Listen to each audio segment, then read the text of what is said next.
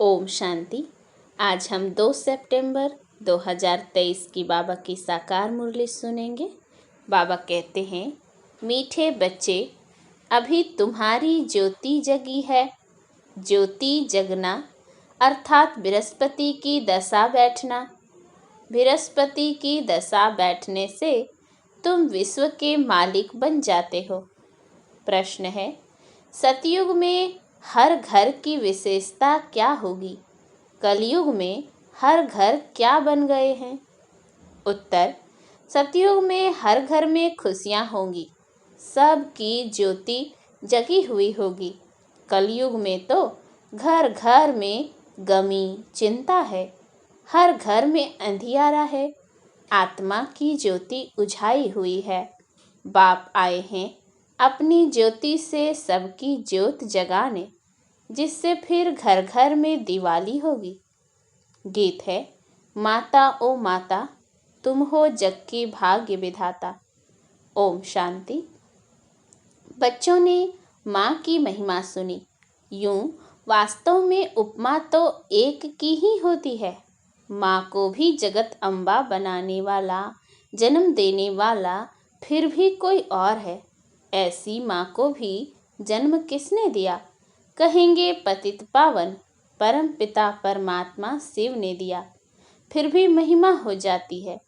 एक ही ज्ञान सागर पतित पावन परम पिता परमात्मा शिव बाबा की, वह बैठ बच्चों को अपना और अपनी रचना के आदि मध्य अंत का और पतितों को पावन बनाने का राज समझाते हैं। यह तो बच्चे समझ गए हैं। इस समय पतित राज्य है, जिसको रावण राज्य कहा जाता है।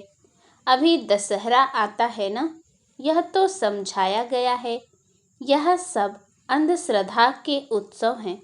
ऐसे तो कोई है नहीं कि एक रावण था, लंका थी। लंका सिलोन को कहा जाता है। दिखाते हैं वहाँ सागर पर बंदरों ने पुल बनाई। वास्तव में यह सब हैं दंत कथाएं। ऐसे तो है नहीं कि 10 शीश वाला कोई रावण था, लंका में राज्य करता था।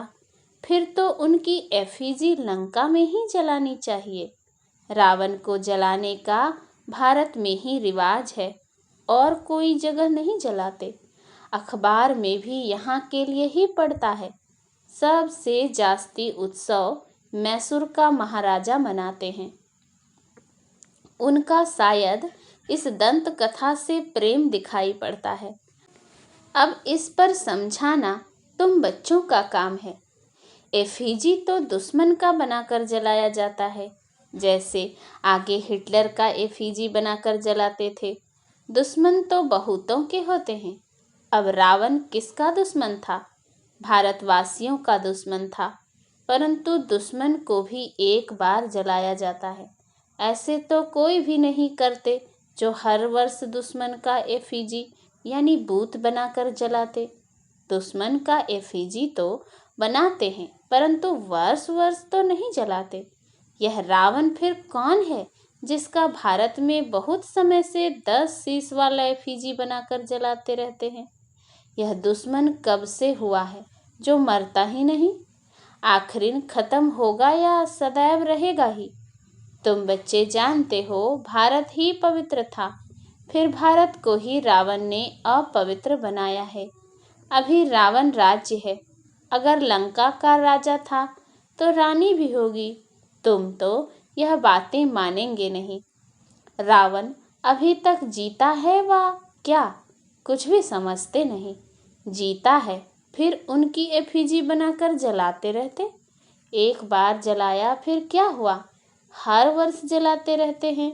तो तुम बच्चों को समझाना चाहिए। कमेटी के बड़े जो बनते हैं, जैसे मैसूर का महाराजा है, वह बहुत मनाते हैं। फॉरेनर्स को भी देखने के लिए बुलाते हैं। समझेंगे शायद ऐसा हुआ होगा, परंतु ऐसा तो कभी हुआ नहीं है। नाटक बना देते हैं। रावण का भी नाटक बनाते हैं। तो इस रावण की बात पर समझाना है।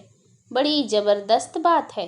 अभी तुम रावण राज्य में बैठे हो, पतित दुनिया को ही रावण राज कहा जाता है।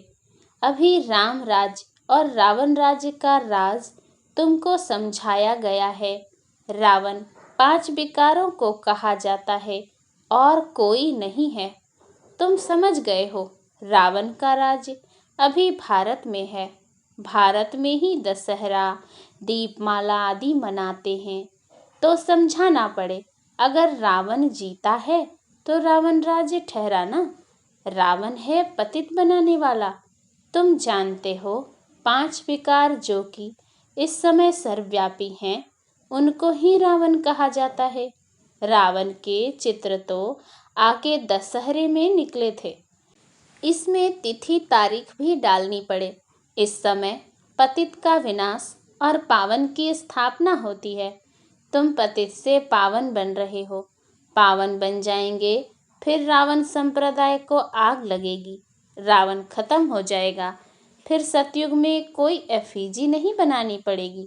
सब पावन बन जाएंगे। आत्मा में सतो प्रधानता की जब ताकत थी तो जागती ज्योत थी। पतित बनने से वह ज्योत उझा गई है। आत्मा ही पतित बनी है। उड़ने की ताकत नहीं है। 5 विकारों से आत्मा आयरन एज्ड बन गई है। यह जरूर समझाना है। आत्मा को जागृत करने वाला एक बाप है। यह तो सब कहते हैं। ज्योति स्वरूप परमपिता परमात्मा आएगा। अब ज्योति स्वरूप तो तुम आत्मा भी हो। परमपिता परमात्मा भी ज्योति स्वरूप है। तुम्हारी आत्मा की ज्योति बुझ गई है, बाकी जाकर जरा सी रही है। मनुष्य मरते हैं तो रात दिन उनका दीवा जलाते हैं। दीवे की बहुत संभाल करते हैं। घृत खत्म हो जाता है, फिर और डालते हैं। आत्माओं का भी ऐसे है। बाप आकर सबकी ज्ञान से ज्योति जगाते हैं। ज्योति जगी हुई कितना समय चलती है? वह तो रात को जलाते हैं, फिर घृत डालते जाते हैं। तुम्हारी अब ज्योति जग रही है। जगते जगते फिर जग ही जाएगी। ज्योति बुझने में 5000 वर्ष लगता है। फिर बाप आकर घृत डालते हैं। तुम्हारी अब ज्योति जगी है। फिर धीरे धीरे कला कम होती जाएगी। ज्योति उझाई जाएगी। तुम जानते हो, अभी हमारी ज्योति जगती है, फिर सतयुग में घर घर में सोझरा होगा। भारत की ही बात है। अभी तो घर घर में अंधियारा है, खुशी है नहीं। तुम जानते हो, सतयुग त्रेता में हम बहुत खुश थे और खुशी मनाते थे। सभी की ज्योति जगी हुई रहती है, फिर थोड़ी थोड़ी कमती होती जाती है। इस समय तो बिल्कुल उझाई हुई है, खाद पड़ी हुई है। बाप आकर फिर ज्ञान का घृत डालते हैं, जिससे तुम फिर जागती ज्योत बन जाते हो। तुम्हारे ज्ञान चक्षु खुल जाते हैं। तुम जानते हो, अभी हमारी सारी काया खलास हो गई है। राहु का ग्रहण लग गया है। तुमको काला होने में कितना समय लगता है? शुरू से लेकर थोड़ा थोड़ा होते फिर माया का प्रवेश होने से ही बहुत काले बन जाते हो। अभी तुम्हारे ऊपर राहु की दशा है। सबसे कड़ी है राहु की दशा। अभी फिर बृहस्पति की दशा बैठती है, क्योंकि अभी विश्व का मालिक बनने के लिए तुम वृक्षपति गुरु द्वारा पुरुषार्थ कर रहे हो। वह है अविनाशी गुरु। किसका? अविनाशी आत्माओं का। वह मनुष्य लोग आत्माओं का गुरु नहीं बनते हैं, वह मनुष्य का गुरु बनते हैं। अभी बाप तुम्हारी आत्माओं का गुरु आकर बने हैं। वृक्षपति परमपिता परमात्मा है। तुम समझते हो, अब हमारे ऊपर बृहस्पति की दशा है। स्वर्ग के मालिक तो बनेंगे, अविनाशी सुख रहता है, परंतु उसके लिए पुरुषार्थ अब करना है कि हम सुखधाम के महाराजा महारानी बने। पुरुषार्थ तो हर एक का अपना चलता है। यह है रुद्र शिव की पाठशाला। यह है ज्ञान सागर। तुम उनकी पाठशाला में पढ़ रहे हो। भगवानुवाच, मैं तुमको राजयोग सिखलाता हूँ। अविनाशी आत्माओं का अविनाशी बाप मैं हूँ। एक है जिस्मानी बाप एक है रूहानी बाप। दोनों कॉन्ट्रास्ट भी बताना है। रूहानी बाप कब मिलते हैं? जिसको भक्ति मार्ग में सभी रूहें याद करती हैं। जिस्मानी बाप तो है विनाशी, आत्माएं तो विनाशी नहीं होती हैं। तुम जानते हो हमारा जो लौकिक बाप है वह तो जन्म बाई जन्म हम बदलते आए। बाप बिगड़ तो बच्चे का जन्म हो नहीं सकता। तुम बच्चों को अब विशाल बुद्धि मिली है। तुम समझ सकते हो कि कब से हम दो बाप वाले बनते हैं। सतयुग में तो एक ही लौकिक बाप होता है, उनको ही याद करते हैं। आत्माओं को उस रूहानी बाप को याद करने की दरकार नहीं रहती। आत्माओं को सतयुग में तो एक ही लौकिक बाप होता है। वहाँ शरीर भी गोरा मिलता है। प्रारब्ध भोगते हैं ना, इसीलिए वहाँ बाप को याद नहीं करते। तो तुमको यह समझाना है, भक्ति मार्ग में एक है विनाशी लौकिक बाप, वह तो हर जन्म में दूसरा मिलता है। तुम आत्मा तो अविनाशी हो, अविनाशी बाप को याद करती हो। कहते भी हैं परम पिता परम धाम में रहने वाले पिता। लौकिक पिता को कभी परम पिता नहीं कहेंगे। यह दो बाप का राज समझाना बहुत जरूरी है। रावण का राज भी समझाना है। रावण राज अर्थात पतित राज्य अभी है, इसीलिए पतित पावन बाप को बुला रहे हैं। वह अविनाशी बाप है। दो बाप जरूर सिद्ध करने हैं। आत्माओं का भी बाप है, इसीलिए पारलौकिक परमपिता परमात्मा को याद करते हैं। हर जन्म में लौकिक बाप और मिलता है, फिर भी उस रूहानी बाप को जरूर याद करते हैं। वह कभी बदलता नहीं। बाप भी कहते हैं बरोबर तुम मुझे याद करते थे। हे परमपिता परमात्मा, कब तक तुमको याद करना है? फिर बाप कब मिलता है यह तुम अभी जान गए हो। जब भक्ति का अंत होता है तब भक्तों को फल देने बाप आते हैं। बाप ने समझाया है सभी भक्तों को मुक्ति जीवन मुक्ति देता हूँ। तुम जानते हो सतयुग में एक ही धर्म होता है, उसको वननेस कहेंगे। कहते हैं सभी मिलकर एक हो जाएं, परंतु सभी धर्म तो एक हो नहीं सकते। जब एक राज्य हो जाता है तो पवित्रता सुख शांति रहती है। भारत में राम राज्य था जरूर, अभी यह रावण राज्य है, इसीलिए रावण को जलाते रहते हैं। तो दो बाप का राज समझाने से झट समझ जाएंगे। अविनाशी बाप तो जरूर है, नई दुनिया रचने वाला बाप ही है। नई दुनिया में बरोबर देवी देवताएं ही थे, फिर वही दुनिया नई से पुरानी होती है। नई दुनिया में कितने जन्म लेते, पुरानी दुनिया में कितने जन्म लेते, यह तुम जानते हो।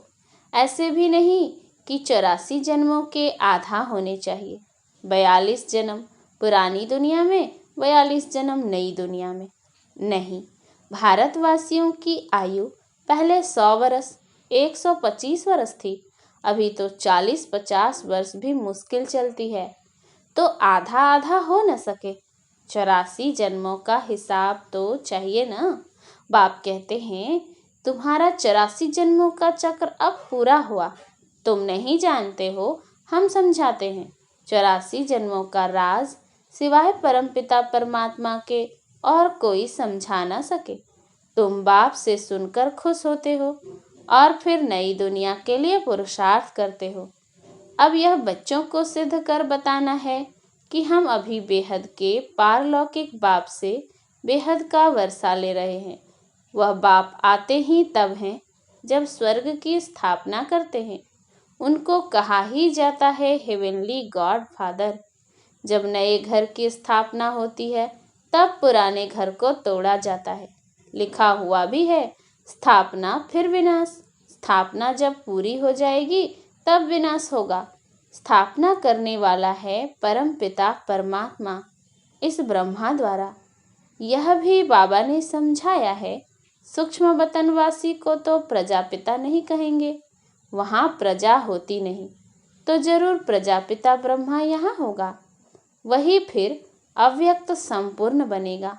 वह तो है अव्यक्त, जरूर व्यक्त भी चाहिए। जो फिर अव्यक्त होना है। दोनों अभी दिखाई पड़ते हैं। प्रजापिता ब्रह्मा यहाँ भी हैं, सूक्ष्म वतन में भी हैं। प्रजापिता तो यहाँ चाहिए। जरूर प्रजापिता ब्रह्मा के बच्चे भी यहाँ ही हैं। प्रदर्शनी में दो बाप का राज समझाना है। कायदा तो है, एक एक को अलग अलग समझाया जाता है। अब वहाँ किसको कैसे समझाएंगे? समझाने के लिए तो एकांत चाहिए। वहाँ तो बहुत हंगामा होता है, यहाँ तो तुमको 1-1.5 घंटा लग जाता है समझाने में। वहाँ इतनी भीड़ में तो समझाना बड़ा मुश्किल हो जाएगा। अनेक प्रकार के धर्म वाले हैं, कोई क्या कहेंगे कोई क्या। चुप कर तो बैठेंगे नहीं। तुम सुनाएंगे, एक लौकिक जिस्मानी बाप है, दूसरा पारलौकिक रूहानी बाप है। वह है परमपिता परमात्मा। अब ब्रह्मा द्वारा स्थापना कर रहे हैं स्वर्ग की। नरक का विनाश भी सामने खड़ा है। महाभारी लड़ाई है ना। बरोबर यह राजयोग भी है। राजाई प्राप्त करने की गीता पाठशाला है। भगवान उवाच, सभी को दो बाप हैं। श्री कृष्ण को सभी आत्माओं का बाप नहीं कहेंगे। आत्माओं का बाप परमपिता परमात्मा कहते हैं कि माम एकम याद करो। अच्छा, मीठे मीठे सिकिल थे बच्चों प्रति माता पिता बाप दादा का याद प्यार और गुड मॉर्निंग। रूहानी बाप की रूहानी बच्चों को नमस्ते। हम रूहानी बच्चों की रूहानी बाप दादा को याद प्यार गुड मॉर्निंग और नमस्ते नमस्ते नमस्ते। धारणा के लिए मुख्य सार। पहला, स्वयं में ज्ञान का घृत डालते सदा जागती ज्योत रहना है। बाप की याद में रह राहु का ग्रहण उतार देना है। दूसरा, रूहानी और जिस्मानी दो बाप हैं, यह पहचान हर एक को देकर बेहद के वर्षे का अधिकारी बनाना है। वरदान, प्रवृत्ति में रहते एक बाप के साथ कंबाइंड रहने वाले देह के संबंधों से निवृत्त भव। प्रवृत्ति में अगर पवित्र प्रवृत्ति का पाठ बजाना है तो देह के संबंधों से निवृत्त रहो। मैं पुरुष हूँ, यह स्त्री है, यह भान स्वप्न में भी नहीं आना चाहिए। आत्मा भाई भाई है तो स्त्री पुरुष कहाँ से आए? युगल तो आप और बाप हो, यह तो निमित्त मात्र सेवा अर्थ है। बाकी कंबाइंड रूप में आप और बाप हो, ऐसा समझकर चलो, तब कहेंगे हिम्मतवान विजयी आत्मा। स्लोगन, सदा संतुष्ट और सदा खुश रहने वाले ही खुश नसीब तीव्र पुरुषार्थी हैं। अच्छा, ओम शांति।